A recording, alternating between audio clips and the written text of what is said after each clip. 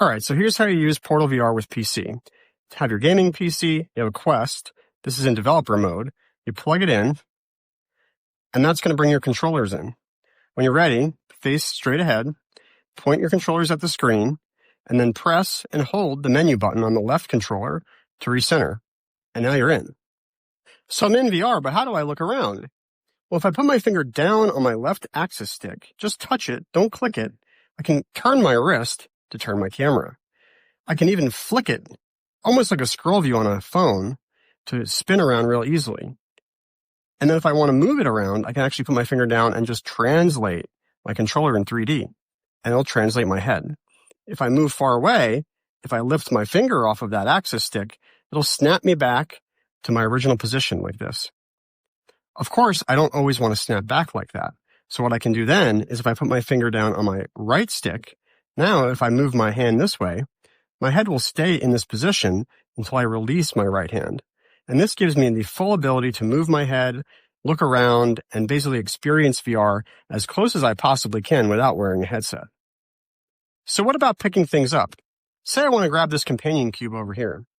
We already know that I can translate my camera like this to get close to it, but sometimes I need a little bit of an extra boost. And so for that, if I reach forward and I twist my wrist, I get a few extra inches of reach. Do it with either hand like that. So if I combine both, I can reach here, do a little twist, grab it, and then let go, and I have it. If you hit escape on your keyboard, you'll get the settings menu. Let me go through these really quick. First is rendering.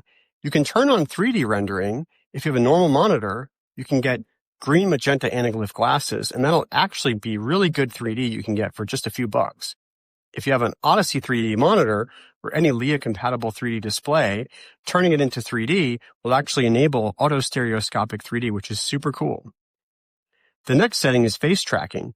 If you have a webcam over your monitor, you can use face tracking to be able to dodge and duck and enhance the gameplay. For games like Beat Saber, this is really important. The next three settings control the camera drag. So you can choose which hand you use to move the camera. You can choose how you decide to move the camera. You can use the axis capacitance touch, you can use the thumb rest capacitance touch, or you can use the grip button. And finally, you can turn up and down the sensitivity. The bottom section is on a per game basis. And when you go to a new game, PortalVR will try to choose the best settings for you. But you can customize it as well. Head return mode determines what happens when you release camera drag. You can either have the head just translate back to the original position, but keep the orientation. You can have it translate back and face forward, which is full, or you can just disable it so that you can move around freely in the space without ever having it snap back to the origin. This is really useful for experiences like OpenBrush. The hand anchor distance determines how far away your hands are when you recalibrate in VR. For a game like Beat Saber, where you want to see the lightsabers out in front of you a little bit better, you can set it to far. And finally, the arm stretching I showed you, where you reach and twist your wrist, can be turned on and off with the last setting there. And again, these are on a per game basis. So if you set them for one game and go to another game, they'll be set differently because each game is a little different and might require different settings here.